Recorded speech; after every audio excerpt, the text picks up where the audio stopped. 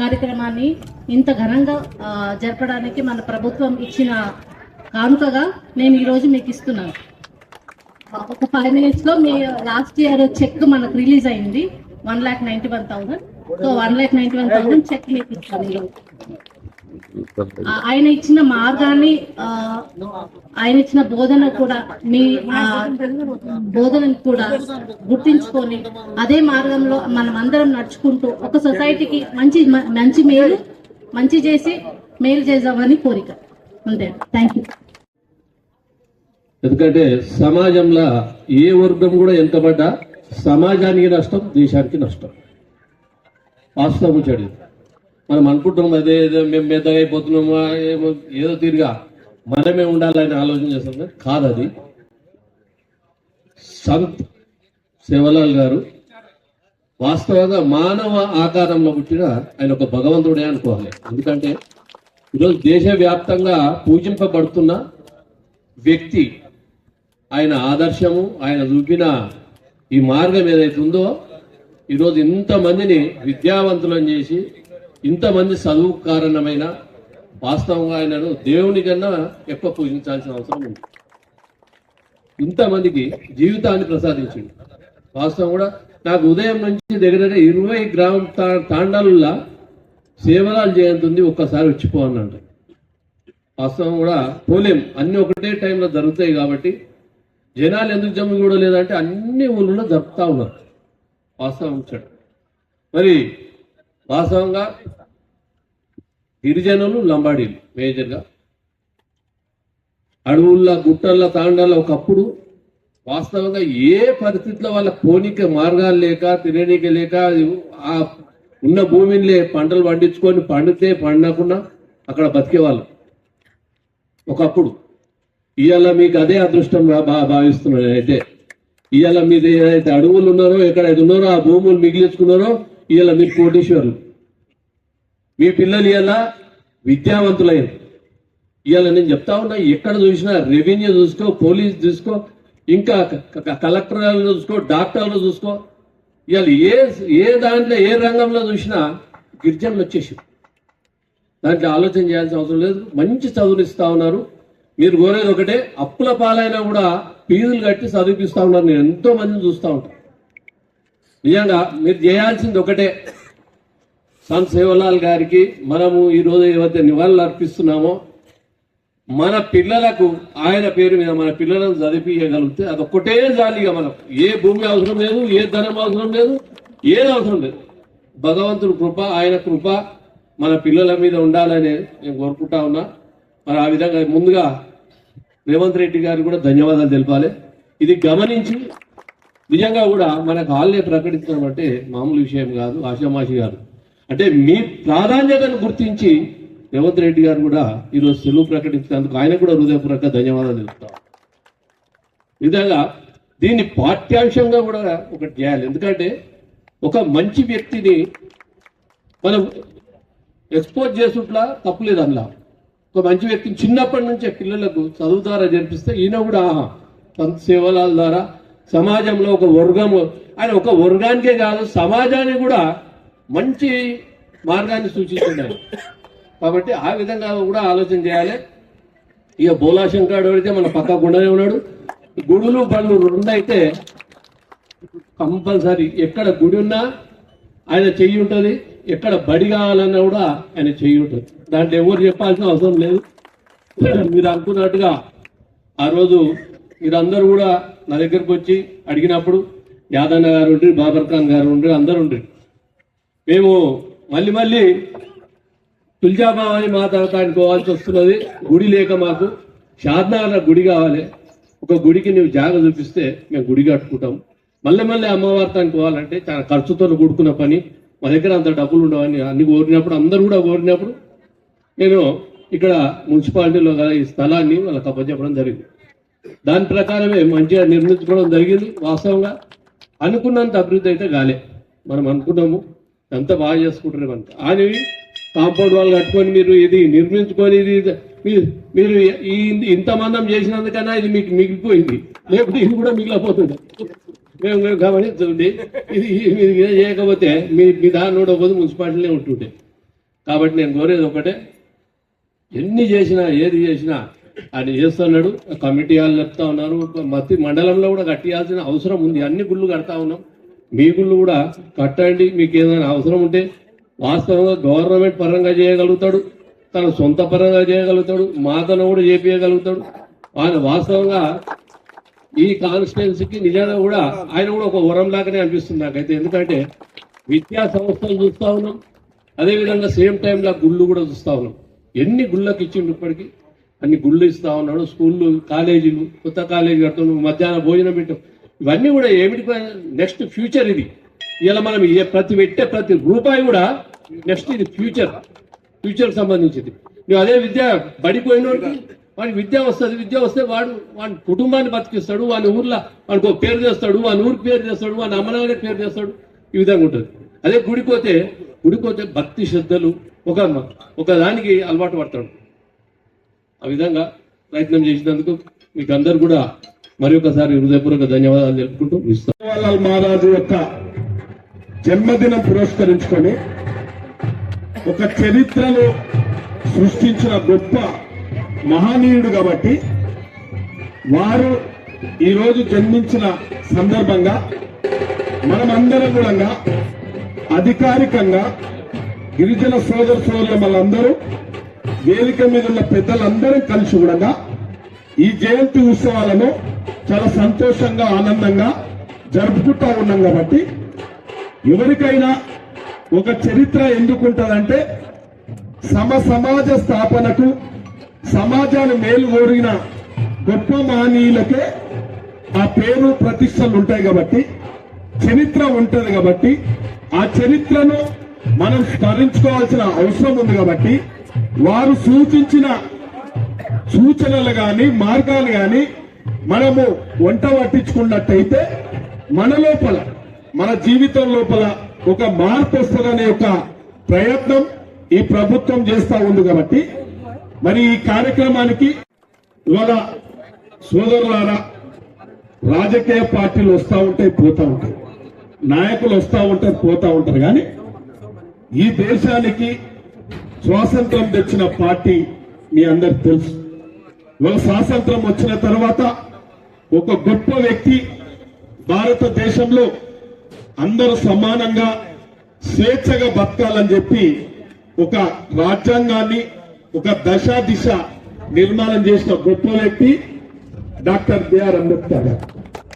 ఇవాళ doctor BR Ambedkar గారు కన్న కలలను నిజం చేయాల్సిన బాధ్యత ఈ దేశ ప్రధానమంత్రి అనుకోండి, ఈ రాష్ట్ర ముఖ్యమంత్రి అనుకోండి, ఈ తాలూకా ఎమ్మెల్యేలు అనుకోండి, ఇవాళ అన్ని కులాలను, అన్ని జాతులను సమానంగా స్వేచ్ఛగా, అది సంక్షేమం అనుకోండి, అభివృద్ధి అనుకోండి, ఉద్యోగాలు అనుకోండి, సమానం కలిగించినప్పుడే, సమానత్వాన్ని రక్షించినప్పుడే ప్రతి జాతి, ప్రతి కులం, ప్రతి మనిషి, ఈ భారతదేశంలో ఉన్న ప్రతి పౌరుడు జీవితంలో మార్పు వస్తుంది. కాబట్టి ఆ దిశనే భారతదేశంలో ఉన్న ప్రజాస్వామ్య ప్రభుత్వాలన్నీ పనిచేసుకుంటూ వస్తా ఉన్నాయి.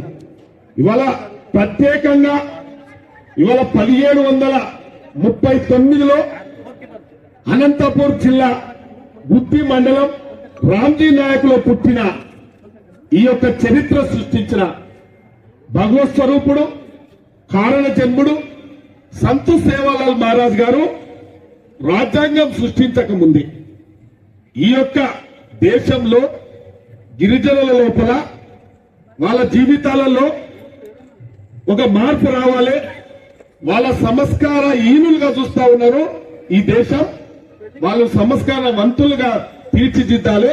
దానికి ఒకే ఒక కారణం, మూర్ఖుల్లాగా కాదు, శాకాహారులాగా గిరిజన తండాలు మారాలి, చదువుకోవాలని చెప్పి వాళ్ళు గత 400 సంవత్సరాల కిందటనే వారు ప్రవచనాలు వాళ్ళు ప్రబోధించడం జరిగింది.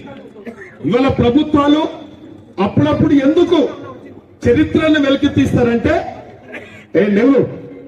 చరిత్రను ఎందుకు సృష్టిస్తారంటే, ఇవాళ సంతు సేవాలాల్ మహారాజు ఒక జాతిని ఆర్థికంగా, రాజకీయంగా, సామాజికంగా, విద్యాపరంగా చైతన్యవంతులు చేయాలని చెప్పి ఒక పోరాటం చేసిన వ్యక్తి సంతోష్ సేవాలాల్ మహారాజ్ కాబట్టి ఇవాళ ప్రభుత్వాలు, ఇవాళ కేంద్ర ప్రభుత్వాలు, ఆనాటి కాంగ్రెస్ ప్రభుత్వం ఇందిరాగాంధీ గారు 1976లోనే ఒక కార్యక్రమానికి వెళ్తా ఉంటే మన వేషాధారణ, మన గిరిజన అమ్మల మాతృమూర్తుల యొక్క వేషాధారణ చూసి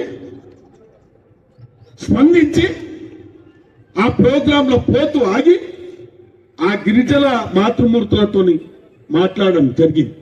ఏంది వీళ్ళ కల్చరు, ఈ యొక్క అద్దాలు, ఈ వేషధారణ ఏందన్ను కూడా వారు చరిత్రను కనుక్కున్నది ఇందిరాగాంధీ కాబట్టి ఈ ఆదివాసులు, ఈ గిరిజన బిడ్డలు ఇంత ప్రయాసపడుతుంటే వాళ్ళ జీవితాలలో ఒక మార్పు రావాలంటే మనం ఒక ఎస్టీ రిజర్వేషన్ కల్పించినట్లయితేనే, చట్టభద్రత వేసినట్లయితేనే ఈ సమాజం వారిని ఆదరిస్తారు, ఈ సమాజంలో ఒక మార్పు వస్తుందనే ఒక సందేశంతో శ్రీమతి సోనియా గాంధీ గారు ఒక అంకుటిత భావంతో గిరిజన ఎస్టీలకు రిజర్వేషన్ చేయడం జరిగింది.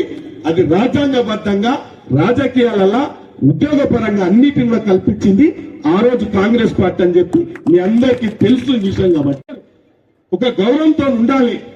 ఇవాళ నివాస ప్రాంతాలకు దూరంగా ఉంటూ అడవులలో చెట్లకు, పశువులకు, మూగజీవాలకు బలైతే ఉన్న సందర్భంలో కూడా ఇవాళ మానవత్వం మరమనిపించిపోయిందని చెప్పి ఇవాళ ప్రత్యేక తండాలు కూడా, ఇవాళ తండాలు బాగుపడాలంటే వారి గౌరవం ఉండాలని చెప్పి ఆ రోజు ఎస్టీలకు అసైన్మెంట్ భూములు, భూదాన్ భూములు, సీలింగ్ భూములు కూడా ఇచ్చి వాళ్ళ గౌరవంగా బతకడానికి కాంగ్రెస్ పార్టీ అప్పటి నుంచి ఇప్పటి వరకు కూడా వారి మేలు కోరుకున్న పార్టీ ఏదైనా ఉందంటే కాంగ్రెస్ పార్టీ.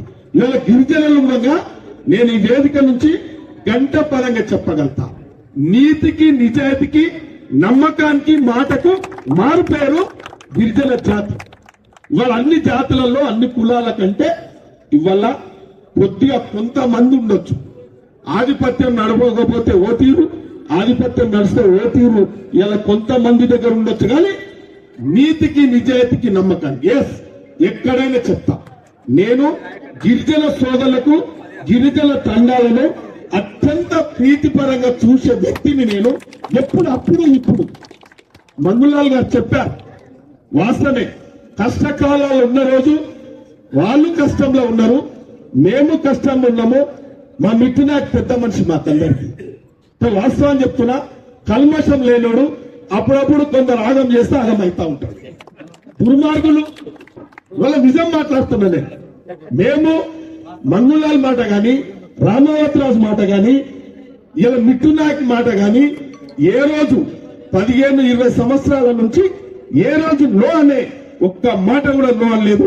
ఉద్యమానికి సహకరించడం, వాళ్ళ ఎదుగుదలకు సహకరించడం, ప్రభుత్వాల మీద పోరాటం చేస్తుంటే కూడా వారికి అండగా ఉన్నాం. మీ అందరు చూసారు. ఇలా 10 సంవత్సరాలు కొందరు ఇష్టానుసారంగా ఇలా నన్ను బోలో శంకర్ అంటాడు ప్రతాపన్న. నేను బోలో శంకర్ కాదు, ఆయన కరుణామయుడు, అందరినీ కరించేవాడు. ఆ రోజు అవకాశం ఉంది. యాదవ్ ఒక్క మాట చెప్తే, విశ్వమన్న బాబర్ ఒక్క మాట చెప్తే, అన్న గిరిజనులకు మనం వేదిక తయారు చేయాలి, వాళ్లకు ఎంత కాస్ట్లీ అయినా. కొందరు వ్యతిరేకించారు. 2000 గజాలు ఇస్తారా, ఎస్సీలకు 2000 గజాలు ఇస్తారా అంటే లేదు లేదు, కాంగ్రెస్ పార్టీ భూములే ఇచ్చింది, ఈ 2000 గజాలు ఇస్తే ఏం పోతుందని చెప్పి ధైర్యంగా ఇవాళ అడ్మినిస్ట్రేషన్ ప్రకారం చట్టం లోపల ఇబ్బందులు ఉన్నప్పటికీ, ఇవాళ కొన్ని నిబంధనలు ఒప్పుకున్నప్పటికీ కూడా ఈ స్థలం ఇచ్చడం జరిగింది. ఈ స్థలం ఇస్తే గొప్ప నాయకులమని మాట్లాడుతుంటారు కొందరు.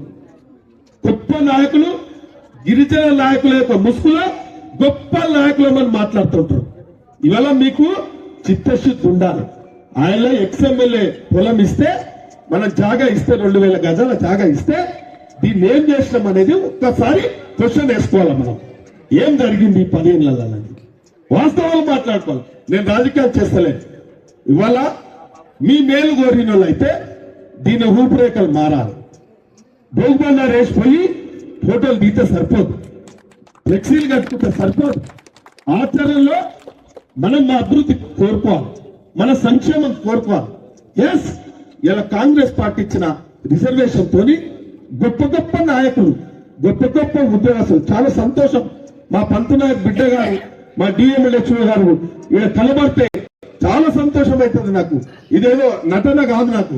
అంటే అటువంటి వాళ్ళు మండల స్థాయిలో కూడా కావాలని చెప్పి ఇచ్చిన దాన్ని ఏం చేశారని అడుగుతున్నాం. ఇచ్చిన దాన్ని ఏం చేశారని అడుగుతున్నాం. మరి ఇచ్చిన దాన్ని చక్కగా చేసుకుంటే దీన్ని ఆదర్శంగా మండలాల్లో చేసుకోగలుగుతాం, మండలాల్లో కూడా విస్తరిస్తాం. కానీ దీన్ని నేను ఒక్కటే, నేను ఎంటబడ్డాం, మంగళాల భార్య కూడా ఎంటబడ్డా పర్లే, కానీ మంగళాలు ఎంట నేను పడ్డా. ఇప్పుడు ఎందుకంటే నాకు కూడా ఒక ప్రెస్టేజ్ ఉంది. ఎస్, మా వాళ్ళని అగౌరవపరచు, మనసు పూర్తిగా చెప్తుంది. ఇలా మా వాళ్ళని గౌరవం లేకుండా చూసి మా వాళ్ళకి గౌరవం దక్కాలి. ఇలా మా ఎమ్మడి ఉన్న కూడా గౌరవం దక్కాలి. నేను రాజకీయాల గురించి మాట్లాడతలేను, కానీ ఎంత మంచి మనుషులను పాలు నీళ్ళు ఎట్లా కలిసి ఉంటామో అటువంటి మనుషులను కూడా విడదీసి ఈ రాజకీయాలు శాశ్వతం అనుకున్నారు, ఈ యొక్క అధికారం శాశ్వతం అనుకున్నారు. మానవత్వం మైమర్చి ఇష్టానుసారంగా ఎంతో కష్టపడ్డ బిడ్డలను ఎన్నో రకాల ఇబ్బందులు పెడుతూ, అడుగడుగుని ఇబ్బందులు పెడుతూ ఇలా అభివృద్ధి అని చెప్తాం. ఏముంది అభివృద్ధి? 10 ఏళ్ళ ఏం చేసిరీడా? ఒక్కసారి అర్థం చేసుకోవాలి. కాగితాలకు పరిమితం చేసి ప్రొసీడింగ్లు ఇస్తారు, కాగితాలకు పర్మిషన్ చేసి ఇన్ని కోట్లు అని చెప్తా ఉంటారు. ఇలా వారి విజ్ఞప్తి వదిలేస్తున్నాం. ఇలా ఏ రోడ్ చేయాలన్నా, ఏ బిల్డింగ్ కట్టాలన్నా నా పైసా లేదు, కాగితాలకు పరిమితం చేసి మన గొప్ప గొప్ప అని చెప్తారు. అన్ని మేమే చేసినామని చెప్తారు. ఇక మీరు అన్ని చేసినాక మరి మిగిలింది ఈడేం చేయాలి? కాగితాలకు పరిమితం చేసి ఇంత ఇచ్చినామన్నారు. ఏం కనబడుతుంది కూడా చెప్పండి. ఇలా అందుకే గిరిజన సోదరుల మళ్ళీ అందరూ చెప్తా ఉన్నాం, ఇలా ఆర్డీఓ కాదు కూడా మన గిరిజన బిడ్డ ఉంది. మనకు అభివృద్ధికి పంతునాయక్ బిడ్డ ఆర్డీఓ గారు చేస్తారు. మీ ఆర్య దీక్ష మనం మల్ల జయంతి నాడు ఇలా అంగరంగ వైభవంగా కనబడాలి. ఇవాళ తప్పకుండా మనం అభివృద్ధి చేసుకోవాలి. ఇతర ప్రాంతానికి మనం ఆదర్శప్రాయంగా కనబడాలి. చేస్తే అవుతుంది, చేయకపోతే ఏది కనబడదు. కాబట్టి ఇలా మీరు అర్థం చేసుకోండి. మనం మనుషులనే, మనిషి ఉంటాడు. ఇవాళ ఒక మనిషి పొద్దున్న లేచి తన కార్యక్రమాలు చేసుకొని ఒక మనిషిగా స్నానం చేసుకొని బట్టలు తోడుకొని బొట్టు పెట్టుకొని ఒక పద్ధతి మీద నిలబడితే ఆమెను గౌరవిస్తారు. ఇవాళ మనం మరి ఇది పద్ధతి మీద ఉందా? మీరు చూడండి. పద్ధతి మీద మనమందరం ఒక కార్యదీక్ష. మనకు రాజకీయాలతో పని లేదు. పట్టుమని 5 నుంచి 10 మంది అయితే చాలు. తప్పకుండా ఇది ఒకటే కాదు, మా మిట్టినాయ గారు అన్నట్టు, మా మంగులాల్ గారు అన్నట్టు ఒకటి తప్పకుండా సాధిస్తాం.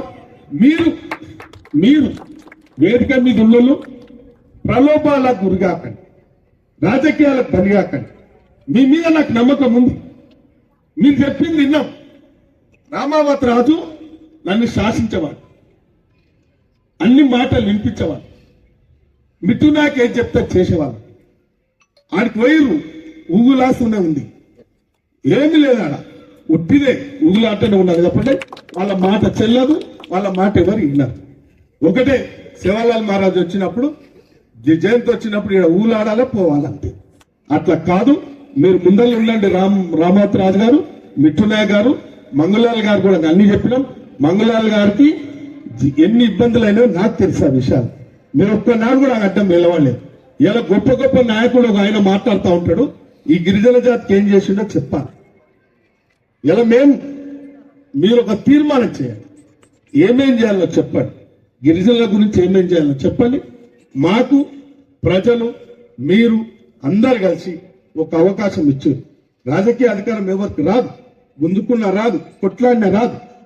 ఎలా ఆ సేవాలాల్ మహారాజ్ దీక్ష దీవెనలతోని, ప్రజల దీవెనలతోని, మీ అందరి దీవెనలతోని ఇలా మాట్లాడగలుగుతున్నాం, ఇలా చేయగలుగుతాం. ఏదైనా ఆశిస్తే కూడా చేయగలుగుతాం. కాబట్టి మీరందరూ కూర్చోండి. రాజకీయాలు బెనవస్తన్నాస్ అని చెప్పిన ఎస్, ఇవాళ తెలంగాణను అడ్డం పెట్టుకొని ఏ కుటుంబాలు పాపటో మీ కళ్ళతో చూస్తా ఉన్నారు. ఇంకా దోపిడి గురైతుంటే అనుకుంటారా? ఇంకా దోపిడీ చేస్తా చూస్తారా? మరి ఆ రోజు స్వతంత్ర పోరాటం ఎట్లా చేయొచ్చు? ఆ రోజు నాయకులు ఎట్లా చేయొచ్చు? కళ్ళ ముంగల మనం తిరగడానికి కాలుంది. 10 డ్రెస్సులు ఉన్నాయి, తినడానికి తిండి ఉంది, దోపిడీ జరుగుతుంటే మౌనంగా తెల్ల డ్రెస్సులు వేసుకొని ఒక కండువా వేసుకొని మౌనంగా నిలబడతారు. ఎందుకు? ప్రజాస్వామ్యంలో మౌనంగా ఉండొద్దు, పోరాటం చేయాలి. మీరందరూ ఒక మాట మీద ఉండండి. మీ అందరు చేసిన మా మహిళా సోదరులు కూడా ఇలా ఉద్యోగస్తులు కూడా వాస్తవానికి ఉద్యోగస్తులు అందరూ ఒక పట్టుదలతో ఉన్నారు. మీరందరూ కూర్చోండి, ఏమేమి కావాలో రాయండి. వాళ్ళది కాగితాలకే పరిమితం. చూడండి ఎందుకు చెప్తా ఉందంటే మేరియమ్మ మాత ఉందిడా, సేవలాల్ మహారాజు ఉన్నాడు, కాగితాలకే పరిమితం. కాగితాలు ఇచ్చి మేము అన్ని చేస్తామంటారు. చూడండి మీరు ఎన్నో ఉదాహరణలు చెప్తా నీకు. ఇలా కూర్చుంటే ఎన్నో ఉదాహరణలు చెప్తా. కాగితాలకే పరిమితం వాళ్ళ అభివృద్ధి అని చెప్పి ఇవాళ మీరు అందరూ చూస్తున్నారు. ఇలా తండాలలో ఒక్క మాట చెప్పండి, 10 సంవత్సరాల నుంచి ఏ తండాలన్నా ఒక్క ఉద్యోగం వచ్చిందా చెప్పండి. ఇలా కాంగ్రెస్ పార్టీ వచ్చినాక ఏ తండకన్నా ఒక్క ఉద్యోగం చూపెడతా నేను. అది డాక్టర్ అన్న చూపెడతా, ఒక కానిస్టేబుల్ అని చూపెడతా, ఒక ఎస్ఐ అని చూపెడతా, ఒక బీఆర్ఓ అన్న చూపెడతా, ఒక పోస్టు మీరే తండ దొరకపోయిన వస్తారు. మీరు 10 సంవత్సరాలలో ఏ తండాలలో ఒక ఉద్యోగం ఇచ్చినా మీరు చెప్పండి. గొప్ప గొప్ప మాటలు మాట్లాడతారు. ఆయన గొప్ప నాయకులు కాక మాట్లాడుతూ ఉంటాడు. కాబట్టి మీరందరూ వాళ్ళ ప్రలోభాలు చూసారు, 10 సంవత్సరాలు చూసారు. ఇక చూడకండి.